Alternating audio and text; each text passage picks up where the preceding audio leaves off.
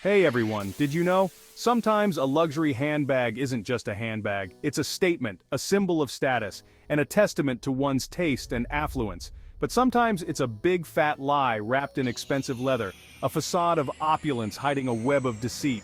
We're talking about Dior, people. Yeah, that Dior.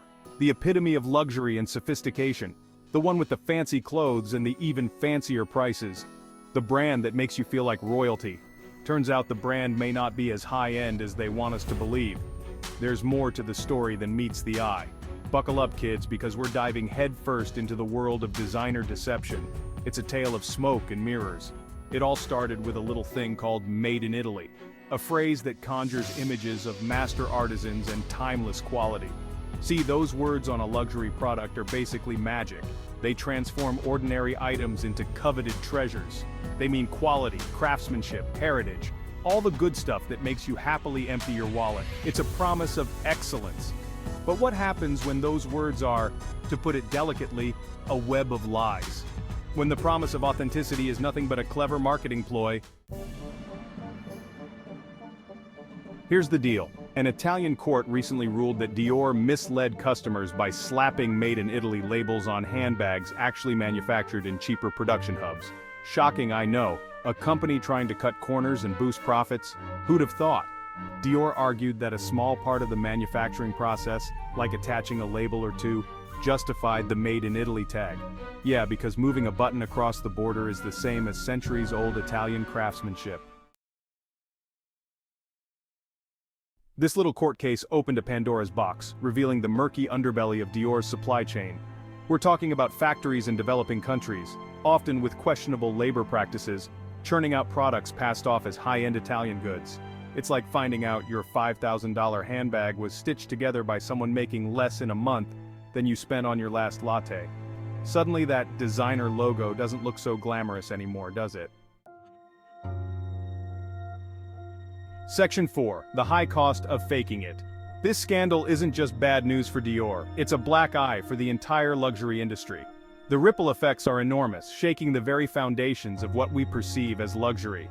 It makes you question everything, right? Every purchase, every brand, every promise made by these high-end labels. Which other brands are playing fast and loose with their manufacturing? Are they cutting corners, compromising on quality, or misleading us about their origins? Who's actually making those clothes we're paying a small fortune for? Are they crafted by skilled artisans or churned out in some factory? The trust is broken, people. Once that trust is shattered, it's incredibly hard to rebuild. When we buy luxury, we're not just buying a product, we're buying into an image, a story, a narrative that promises exclusivity, craftsmanship, and a touch of glamour.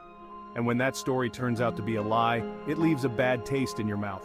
It's a betrayal that goes beyond just the financial loss. Kind of like finding out your favorite artisanal cheese is actually Kraft singles in disguise. It's a harsh reality check, making us rethink our choices and the true value of what we're buying. Section 5. Can luxury survive its own hypocrisy? So, the big question is, can luxury brands like Dior recover from this? Can they regain our trust when they're literally built on a foundation of smoke and mirrors? The luxury market thrives on exclusivity, on the promise of something special, but when that promise is revealed to be empty, what's left?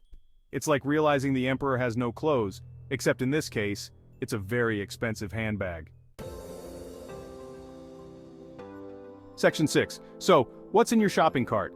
Is it filled with the latest trends from high-end brands, or are you leaning towards more sustainable choices?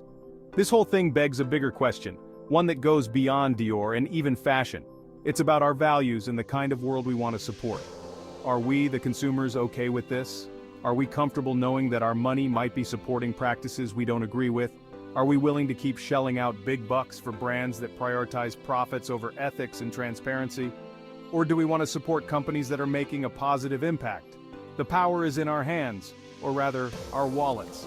Every purchase we make is a vote for the kind of world we want to live in. We get to decide what we value, what we support. Our choices can drive change and encourage brands to adopt better practices.